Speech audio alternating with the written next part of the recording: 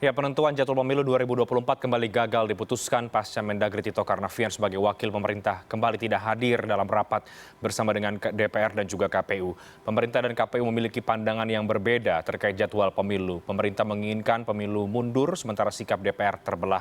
Bagaimana media melihat alotnya penentuan jadwal pemilu tahun 2024? Kita akan bahas malam hari ini dalam editorial View bersama dengan Mas Revolusi Riza, Wapemret dan juga Kepala Peliputan CNN Indonesia TV. Mas Revo, selamat malam Mas. Selamat malam, Ya, Renat. baik Mas Revo, kita ikut mengawal dan juga memperhatikan bagaimana dinamika yang terjadi ketika ada kebuntuan ya antara DPR, KPU dan juga pemerintah dalam menentukan jadwal pemilu.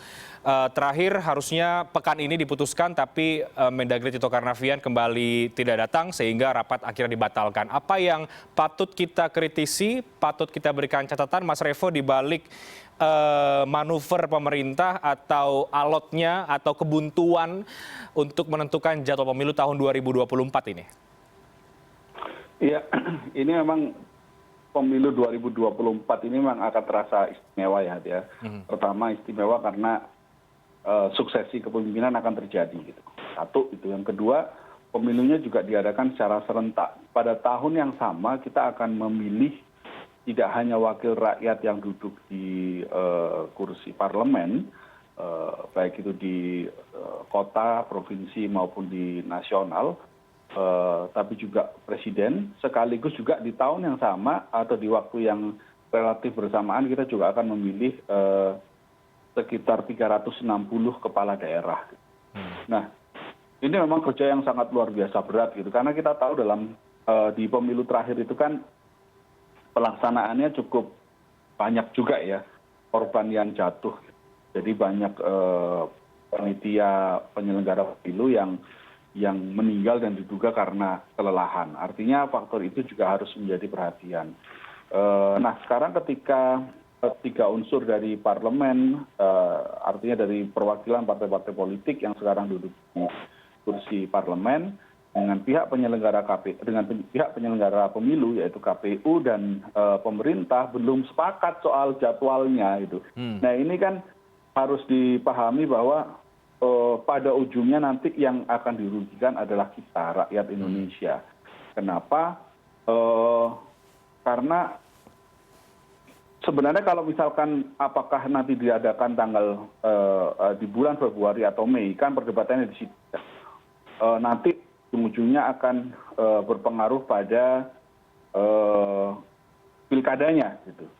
Nah, kalau KPU kan berharap pemilunya di bulan Februari sehingga nanti pilkada tetap di tahun yang sama di 2024. Ya. Tapi karena perwakilan pemerintah saat ini berharap pemilu itu diadakan di bulan Mei, maka akan terlalu mepet dengan pilkadanya. KPU tentu punya banyak pertimbangan karena ada beberapa hal tahapan-tahapan pemilu yang nanti akan berpengaruh pada tahapan pilkada. Gitu. Nah, kalau misalkan akhirnya KPU kan mengusulkan pemilunya kalau misalkan diselenggarakan pada bulan Mei, maka pilkadanya di tahun 2025. Nah, kalau 2025 artinya 360 daerah itu PJS-nya terlalu lama. Kita tahu bahwa tahun depan ya ada sekitar 360 kepala daerah kan yang harus turun dan kemudian diganti oleh pejabat sementara atau PLT gitu. Nah, PLT-nya ini kan ditunjuk oleh pemerintah. Padahal di sistem demokrasi kita yang berhak memilih kepala daerah itu sekarang kan ada suaranya dari suara rakyat. Nah, hak kita artinya hak warga dari 360 daerah ini kan akhirnya menjadi molor hampir 2,5 tahun ya. Hitungannya kalau misalkan nanti pilkadanya di tahun 2025. Ada separuh masa pemerintahan daerah itu yang berjalan dipimpin, yang pemimpinnya bukan aspirasi rakyat tapi ditunjuk oleh pemerintah. Di situ kan ada satu sisi seperti itu yang rakyat juga akan pasti ya sedikit banyak kita akan dirugikan lah sedikit banyak seperti itu. Nah ini hal-hal seperti itu sebaiknya menjadi pertimbangan lah antara partai politik yang sekarang duduk di parlemen, penyelenggara pemilu dan pemerintah sesegera mungkin seharusnya segera pastilah kapan jadwal pemilu ini diselenggarakan. Jangan masing-masing punya alasan gitu ya, pemerintah punya alasan kenapa memilih bulan Mei misalnya, tapi KPU mengusulkan di Februari. Beberapa partai politik juga sepakat di bulan Februari, tidak sepakat dengan Mei, seperti itu. Nah ini sesegera mungkin harusnya sepakat sehingga ada kepastian pemilu 2024 ini seperti apa. Sehingga kita ini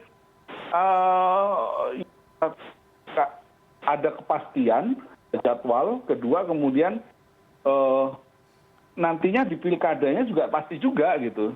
Kita tidak terlalu lama setidak-tidaknya dipimpin oleh orang yang ditunjuk oleh pusat. Baik, Mas Revo, sebetulnya kan ini sudah ditetapkan bulan Februari awalnya ya, sampai kemudian Pak Tito mengajukan jadwal yang baru, sampai kemudian lagi akhirnya Pak Menko Polhukam, Pak Mahfud menyampaikan di bulan Mei. Alasannya soal stabilitas politik. Kabarnya begitu, Mas Revo. Kalau kemudian di bulan Februari jaraknya terlalu jauh dengan transisi presiden definitif dengan presiden terpilih. Apakah alasan untuk menghindari polarisasi, untuk stabilitas politik itu bisa diterima, Mas Revo, bagi publik ketika pemerintah ngotot untuk memundurkan jadwal pemilu dari bulan Februari menjadi bulan Mei dengan alasan tadi itu soal stabilitas politik lah, soal polarisasi, itu masih relevan tidak sebetulnya menjadi alasan, atau justru itu alasan yang patut untuk kita pertanyakan sebetulnya? Ya, kita mengalami pergantian kepemimpinan ini kan tidak sekali ini saja ya sebenarnya gitu. Tapi memang di dua pemilu terakhir polarisasinya memang sangat kencang gitu. Tapi kalau kita berkaca pada pemilu yang relatif demokratis ya, artinya di tahun 99, pemilu 9, kita punya pengalaman panjang lah. Kita juga punya pengalaman panjang. Ada pemilu 99 yang pada waktu itu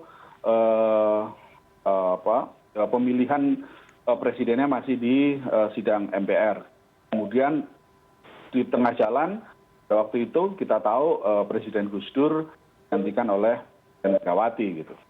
Nah kemudian ada pemilu 2024 yang terjadi pergantian kepemimpinan juga di situ.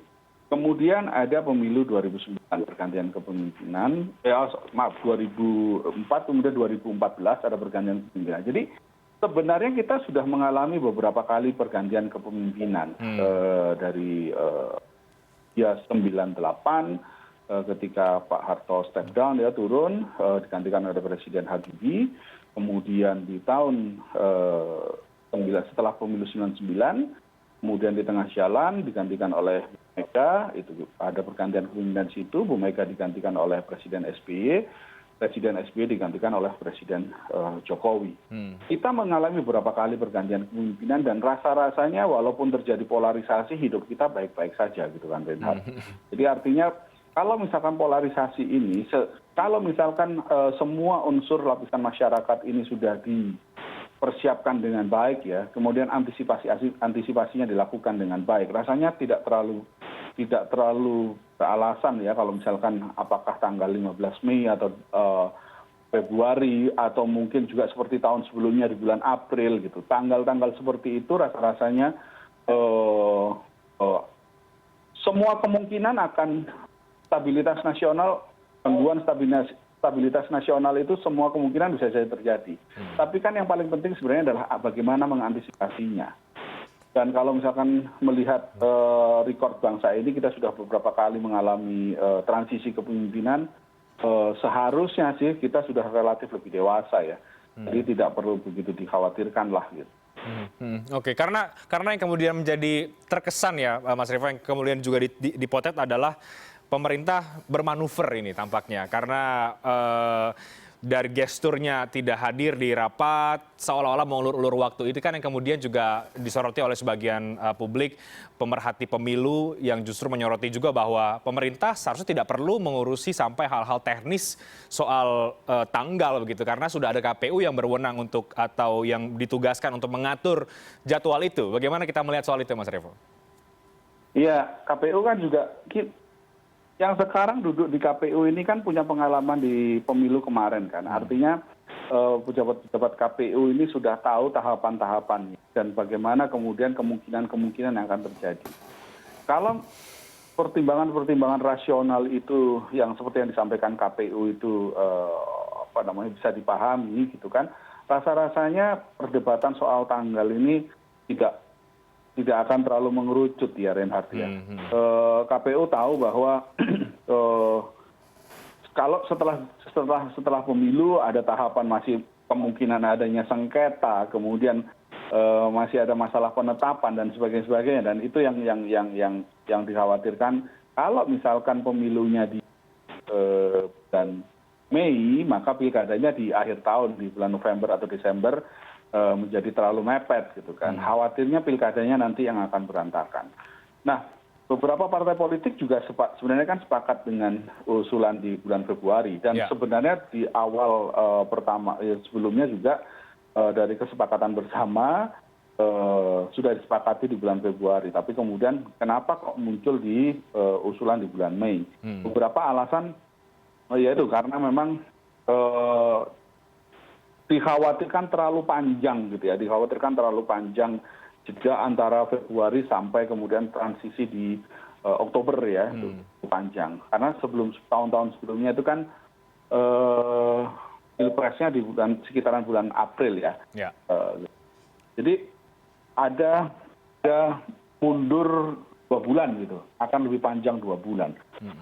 Tapi lagi-lagi begini Reinhardt, sebaiknya dari 3 unsur ini, dari DPR, penyelenggara pemilu, dan pemerintah, harus segera menyepakati lah gitu kan. Ada juga dugaan-dugaan yang terkait dengan undang-undang pemilu bahwa kalau partai baru juga harus 2,5 tahun sebelum ini ya, harus 2,5 tahun sebelum penyelenggaraan pemilu sudah harus ditetapkan gitu. Nah ini juga kalau misalkan Februari berarti kan sekarang hanya sudah relatif mepet gitu ya, kemunculan partai-partai baru. Apakah ini juga ada kemungkinan ke sana, kan kita juga tidak tahu kenapa kok mundur di bulan Mei. Tapi rasa-rasanya ya kalaupun memang mengejar adanya partai baru sebaiknya sekarang lah. Sekarang makanya harus segera ditetapkan sehingga partai-partai baru yang akan berlaga di pemilu 2024 juga bisa segera dipastikan gitu. Ya. Karena yang di DPR juga menjadi terbelah ya Mas Revo, sikap-sikap partai ini bahkan partainya Pak Jokowi sendiri justru berbeda dengan sikapnya pemerintah yang PDIP tetap menginginkan mau di bulan Februari begitu, karena dengan alasan kemudian di bulan Mei berdekatan nanti dengan ibadah puasa dan lain sebagainya. Ini juga menjadi satu hal yang membuat bingung. Tapi begini Mas, sejauh mana publik harus mencermati isu ini? Apakah ini masyarakat ya sudah ikut saja apapun yang diputuskan, atau memang perlu mencermati baik-baik karena ini berkaitan dengan hajat hidup orang banyak, berkaitan dengan hak suara kita, juga ada kekhawatiran yang tadi disampaikan oleh Pak Ilham dalam wawancara kita dengan Ketua KPU beberapa hari yang lalu, bahwa kalau jaraknya terlalu dekat, ini beban kerja dikhawatirkan menjadi berat dan kita punya masa yang cukup kelam ketika banyak petugas pemilu yang harus meninggal dunia karena beban kerja yang berat itu. Iya Renat, ini isu yang sebenarnya sangat relate dengan kehidupan kita ya gitu kan, karena ini berkaitan dengan penentuan siapa yang akan memimpin negara ini, siapa yang akan menjadi wakil-wakil kita dalam pembahasan undang-undang dan lain sebagainya gitu. Jadi sebenarnya ini sangat dekat dengan kehidupan kita semua, tapi mungkin masyarakat beban hidup dalam sehari-hari juga berat juga ya Renat ya, dalam situasi pandemi seperti ini, ekonomi dan sebagainya. Sehingga isu pemilu ini tidak terlalu menjadi perhatian dari masyarakat, walaupun sebenarnya isu ini adalah isu yang sangat lekat dengan kita. Maka mari kita mengawal sama-sama, karena nantinya pun kalau misalkan jadwal pemilu ini terlalu mepet, yang capek juga kita-kita semua kok. Gitu kan. Level-level RT itu akan capek, level-level RW akan capek karena akan menjadi panitia pemilihan pemungutan suara kan. Dan kita tahu di pemilu terakhir korban dari PPS ini banyak gitu, pada waktu itu yang meninggal dunia karena kelelahan juga banyak. Artinya tahapan-tahapan pemilu ini perlu dikawal bersama-sama sehingga nanti kerja-kerja kita ke depan juga menjadi lebih nyaman gitu. Oke, jadi yang sekarang Dan kita itu push. tugas kita untuk mengkomunikasikan kepada publik kenapa kita penting untuk mengawal hal ini. Dan sekarang artinya yang perlu kita push adalah 3 unsur itu, terutama pemerintah, untuk segera memutuskan sikap dan duduk bersama sehingga ada jalan tengah opsi apa yang akan diambil karena ini akan berdampak terhadap tahapan-tahapan pemilu ke depan dan agar juga tidak menimbulkan ketidakpastian terhadap semua pihak apalagi masyarakat terhadap jadwal pemilu padahal heboh-heboh pilpresnya mungkin sudah mulai dari sekarang gitu Mas Revo. Iya, udah mulai kerasa kan beberapa. Sebaiknya segera ditetapkan lah. Dan satu lagi sebenarnya isu Ramadan dan Idul Fitri itu di bulan nanti akan di bulan Maret April ya, kira-kira di bulan segitu. Kekhawatiran isu itu sebaiknya tidak perlu terlalu menjadi hal yang penting untuk dipertimbangkan, tapi jangan sampai itu kemudian membuat kehidupan bernegara kita menjadi terhambat. Karena sebenarnya dalam pemilu-pemilu sebelumnya juga kita pernah kok ada di rangkaian-rangkaian puasa dan lebaran untuk menjelang pemilu ya. Di tahun 2014 itu kan juga berdekatan ya antara pilpres dengan lebaran dan puasa. Jadi artinya ya itu menjadi faktor yang harus diperhitungkan, tapi jangan sampai alasan Ramadan dan Idul Fitri itu kemudian mengganggu tatanan kehidupan bernegara kita. Oke, kita akan lihat Mas Revo bagaimana sikap pemerintah terhadap jadwal pemilu ini. Jangan sampai kemudian muncul tanda tanya ada apa sehingga perlu mengulur-ulur penyelenggaraan pemilu tahun 2024 yang sebetulnya sudah diputuskan sebelumnya. Kita ke isu yang lain Mas Revo, kita break, nanti kita akan bahas soal munculnya apakah ini bisa disebut klaster atau tidak, tapi sebagian pihak sudah menyebut itu sebagai sebuah klaster ketika ditemukan puluhan atlet dan juga ofisial di PON Papua yang terpapar COVID-19. Ini kekhawatiran yang sejak awal kita soroti dan ternyata kejadian. Apa yang perlu kita berikan catatan kepada pemerintah karena PON-nya masih berjalan sampai dengan sejauh ini. Kita break, kami akan segera kembali sesaat lagi.